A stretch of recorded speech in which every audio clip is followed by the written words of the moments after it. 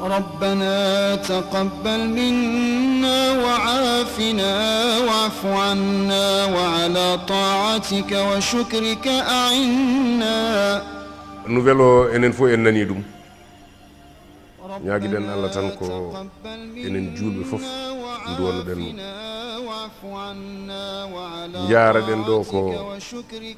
mawniraado ko miñiraado ko ceerno men ko sehil men ko baadiraado dental daaka fof tijaniyankoɓe fof murid en fof kala juulɗo hande e Sénégal administration politique ala hen fof mo anda ceerno Abdoul Aziz Ba. ceerno Abdoul Aziz Ba ko neɗɗo men ko sehil men danaka ko ɗo e galle he hoɗi somo ara ɗo o waynatako somo ara to men o waynatako ko neɗɗo diine ko neɗɗo moƴƴo neɗɗo intègre ko tubakoɓe mbi Allah noon kañum jogui Allah kañum rokkata Allah kañum tettata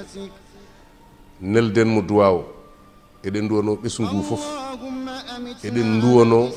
umma islamique fof eɗen duwano gouvernement o fof eɗen duwano politicien en fof gati dental daka ala politique dental daka ala ceerodiral dental daka ko aduna Allah fo rendi ɗum noon yo Allah yurmomo yaafomo ko heddi noon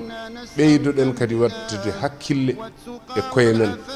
mbatten hakkille e daaka mbatten hakkille e daaka nangodiren e daaka kontinen neɗɗo wawno wadde fof e daaka Madina Gounass seeɗa yo ɓeydu lomtade mo noon ma tiit lomtade mo ma mettu gati kanko jogui probléme uji politique kanko jogui probléme social kanko jogui probléme uji makka kanko jogui probléme uji Sénégal fof ala hen mo anda ceerno Abdoul Aziz joom suudu makko galle makko e famille makko mboɗo duwono ɗumen ko heddi noon e ɗo e yeeso ƴeewen no artira ƴeewen hono ndendiroyɗen vraiment ene muusi kono noon ko Allah jeeyi nawi yo Allah yurmomo yaafomo ɗum waɗi jabbo نصون به وجوهنا عن التعود لسؤال خلقك